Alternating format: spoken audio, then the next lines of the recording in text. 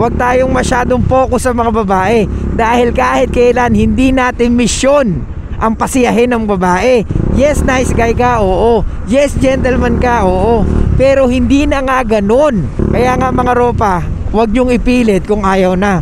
Na-fall out of love siya kasi na-bored siya. Ano yung pwede mo ibigay sa akin? Ano yung pwede ko makuha sa'yo? At pag nag-iba na ang kanilang nararamdaman, doon sila magdidesisyon. Hindi sapat na mabait ka lang, ropa. Okay, finally nakalagpas din sa traffic. Good evening sa inyo lahat mga ropa. Ito po ang inyong lingkod, si Suplado Moto. So may nag-comment sa ating comment section. Ang tanong ni ropa, ano daw ba ang gagawin niya? Or ano daw ba ang pwede niyong gawin? Or ano daw ba ang pwedeng gawin pag ang EA na fall out of love na? Sinagot natin ang kanyang comment. Ang sabi ko, wala kang dapat gawin. Kasi once na ang babae hindi na emotionally attached sa'yo, ibig sabihin wala na talaga. Kasi na fall out of love na nga di ba? So wala kang dapat gawin para sa kanya. Ang dapat may gawin ka para sa sarili mo. Ulitin ko mga ropa, once na ang babae na fall out of love sa atin, kasalanan natin. Kahit na ginawa mo pa ang lahat. Gets? Uulitin ko para malinaw sa inyo. Once na ang babae, kaya minamalat na naman tayo, na fall out of love, kasalanan natin. Regardless kung ginawa mo ang best mo para sa kanya. Why? Minsan hindi mo naman talaga dapat gawin kung ano yung the best. Ang dapat mong gawin ay kung saan siya nag-i-stimulate. Hindi porket mabait ka, ibig sabihin siya ay magiging masaya. Hindi porket loyal ka, ibig sabihin magi-stay loyal siya sa'yo. Tandaan mo, ang babae nakabase sa kung paano mo pinaparamdam sa kanya kung ano siya sa'yo. Gets? Ngayon, kung itatrato mo siya na parang mas mataas sa'yo o mas valuable sa'yo, most of the time, they will fall out of love. Most of the time, nawawalan sila ng gana sa ating mga lalaki. Kasi nga, nawawala yung thrill, nawawala yung dapat nilang earn from us. Kumbaga, nung bata ako, mabilis ko makuha ang lahat. Ngayon matanda ako, same lang din pala. So ano nangyayari? Naboboard ang mga babae. So pag naboard ang mga babae, anong gagawin nila? They will look for something na nakaka-thrill or something na talagang ma-stimulate or ma-arouse yung emotions nila. Kaya most of the time, they are looking for something outside the relationship. Kaya mahirap. Sana ako sasabihin ng babae, babe, han, ayoko na nangyayari sa atin. Why? Masyado ka mabait sa akin. Hindi ko kaya. Can you please do something na wag naman laging ganito? Yan. So, syempre, ikaw naman to si tanga. What's wrong, babe? Tama naman lahat ng ginagawa ko. Hindi ako nang bababae. Hindi ako nagloloko. Hindi ako nag-cheat. Hindi ako tumitingin sa ibang babae. Di ba? Lahat ng sahod ko nasa iyo. Ang kinukuha ko lang yung panggasolina ko, tsaka yung pangkain ko. Hindi ako kumiinom. Tapos linggo-linggo nagsisimba tayo. Anong kailangan mo pa? Hindi pa ba sapat? Yes, hindi sapat. Hindi sapat na mabait ka lang, ropa. Hindi sapat na binibigay mo lahat sa kanya. Uulitin ko, lahat tayo alam natin yung mga ganung way pag babae gumawa sa atin, mas masarap sa pakiramdam at mas lalo natin silang mamahalin or poprotektahan. Pero sa babae, hindi ganun ang nangyayari or hindi ganun ang mangyayari dahil iba ang emotions ng babae. Gets? Iba mag-isip or iba ang utak ng mga kababaihan dahil nagbabase sila sa kanilang nararamdaman. At pag nag-iba na ang kanilang nararamdaman, doon sila magdidesisyon kung gusto pa ba nila or hindi na. Kaya nga, kawawa pag masyado ka mabait or most of the time, yung mga masyadong mabait, nawawalan ng respeto ang mga kababaihan. Kaya nga mga ropa, hindi ko maintindihan bakit nakikinig kayo sa mga babaeng nagpapayo sa inyo. Hindi nyo ba alam na ang babaeng pinakikinggan nyo, pwedeng nagsasalita lang at binabase niya sa kanyang nararamdaman.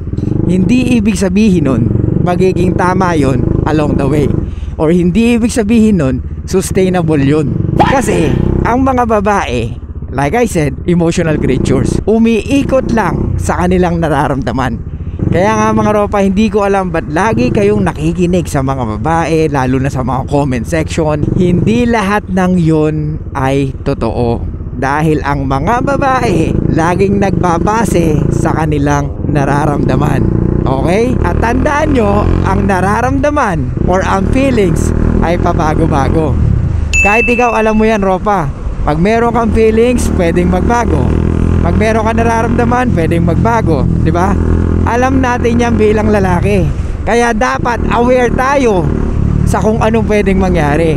Kaya nga mga Ropa, pag may mga nababasa kayo ng kung ano-ano sa comment na parang makikita nyo na parang tama naman sila, kasi pare-parehas nila to sinasabi. Yes, pwedeng tama sila dahil nagkakaintindihan sila, pero sa kanila lang yun. The question is, lagi mong titingnan, sustainable ba yung sinasabi niya?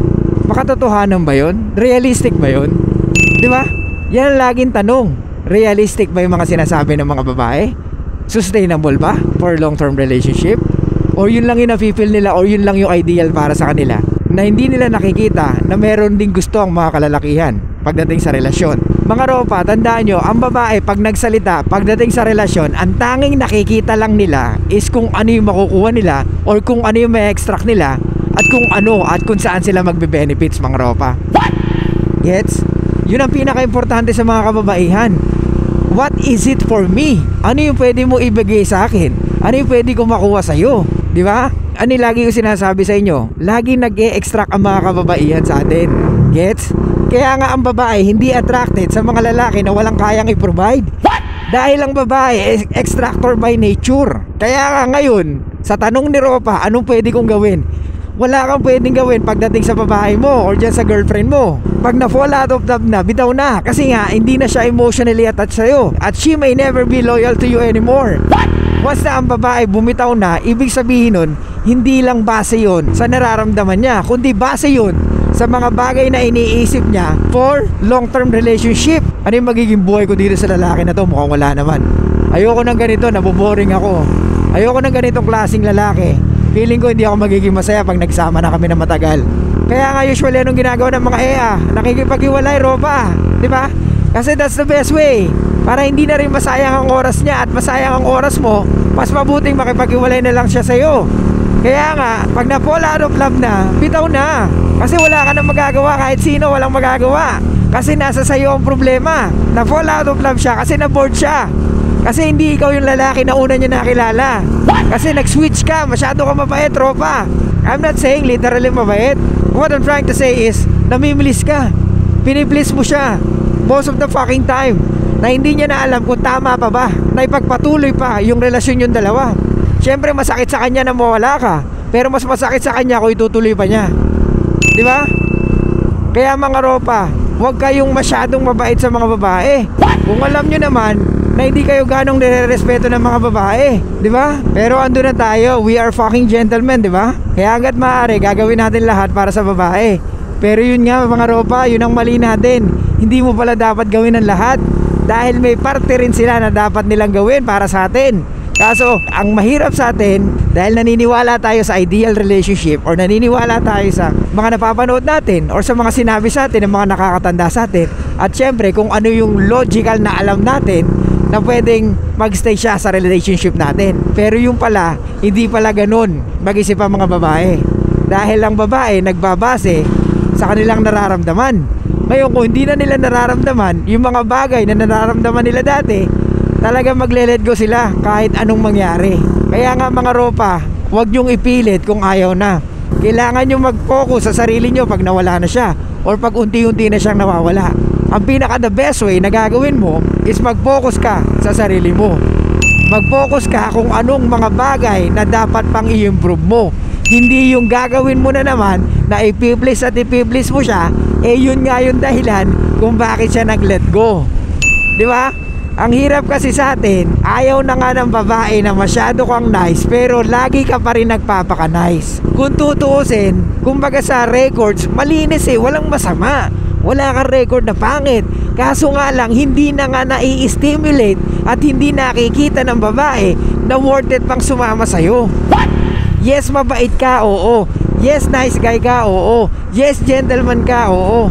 Pero hindi nga ganun ang mga babae pag nagbabase sa kanilang desisyon.